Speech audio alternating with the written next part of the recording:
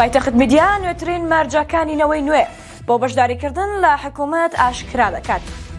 دوای ئەوەی نەوەی نوێ لەم هەڵبژاردنەی پەرلەمانی کوردستان توانی 15 کورسی بەدەست بهێنێت.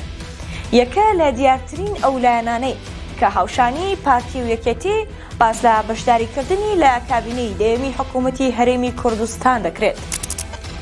پایتەخت میدیاش نوێترین مەرجەکانی ئەو جوڵانەوەیە بۆ بەشداریکردن لە حکوومەت ئاشکرا دەکات. پایتەخت میدیا پەیوەندی بە ئەندامێکی باڵای جوڵانەوەی نەوەی نوێ کرد لەسەر پرسی بەشداریکردنیان لە کابینەی داهاتووی حکوومەتی هەرێم. ئەو بەرپرسەی نەوەی نوێ بە پایتەخت میدیای ڕاگەیان لە دوایین کۆبوونەوەی پارتەکەیان بە بەشداری شاسوار عەبدولواحید سەرۆکی جوڵانەوەی نەوەی نوێ و تەواوی ئەندامانی سەرکردایەتی ڕێکەوتون کە جوڵانەوەکەیان لە بەرامبەر پۆستی سەرۆکی پەرلەمان 4 وەزیر چەندین بەڕێوەبەری دەستە و بریکاری وەزیر بەشداری لە حکوومەت بکات. ئەو سەرچاوەیە باسی لەوە کرد کە ئەوانە سەرەکی ترین داواکاریەکانی نەوەی نوێ دەبن بۆ بەشداریکردنیان لە حکوومەت. ئەمە جیا لە داواکردنی چەندین پۆست و پلەی دیکە لە بەڕێوەبەراتی وەزارەتەکان داوا دەکات تاوەکو ئەندامەکانیان دابمەزرێنێت.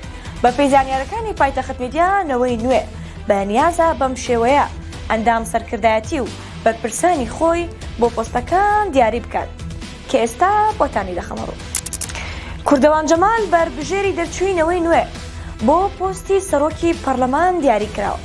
هەریەک لە ئەندامانی خولی ڕابردووی پەرلەمان کاوە عەبدولقادر، مژدە مەحموود، فاروق غەفور و خەبات نەوزان لەلایەن نەوەی نوێ بۆ پۆستی وەزیری دیاری کراوە.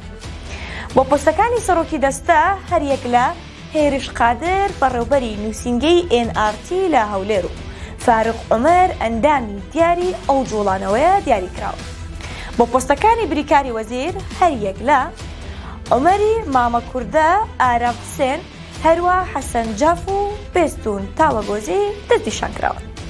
جا لەم بەرپرسانە ئومێد چۆمانی کاندیدی خولی ڕابردوو پەیامنێری NRT کاندیدێکی بەهێزە بۆ ئەوەی لە کاتی بەشداریکردنینەوەی نوێ لە حکوومەت لە یەک لە وەزارەتەکان پۆستێکی باڵا وەربگرێت یان بکرێتە گوتەبێژ.